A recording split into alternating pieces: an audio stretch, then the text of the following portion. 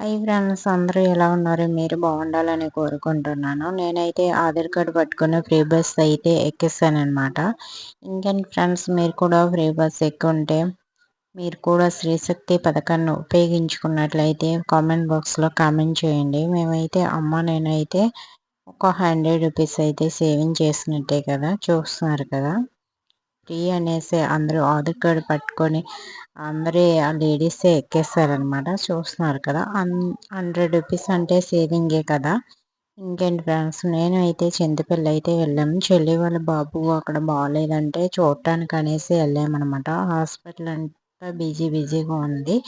అందరి పిల్లలకి వైరల్ ఫీవర్సే వచ్చినాయి అనమాట. ఒక్కో బెడ్కి 2-3 పేషెంట్లు అనమాట. ఖాళీ లేదు. ఇక్కడైతే ఖాళీగా ఉందంటే వాళ్ళు చెకప్ కోసం వెళ్ళారనమాట. చూస్తున్నారు కదా. వీడికి ఏం చేయాలో తోచలేదు. 2 డేస్ నుంచి ఉన్నాడు కదా.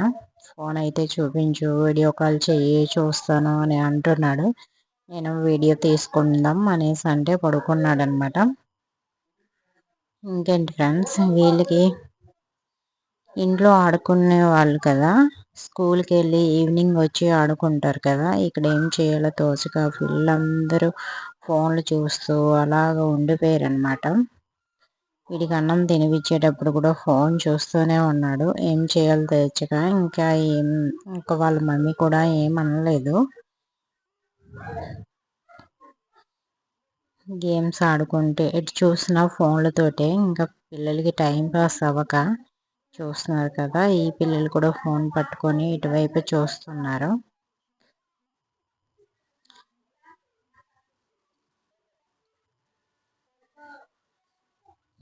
బెడ్లంతా 2-3 పేషెంట్లు అనమాట. ఒక్కో బెడ్కి 2-3 పేషెంట్లు. ఆ పిల్లలందరికీ చూడండి, ఈ బెడ్ మీద 2, ఆ బెడ్ మీద 2.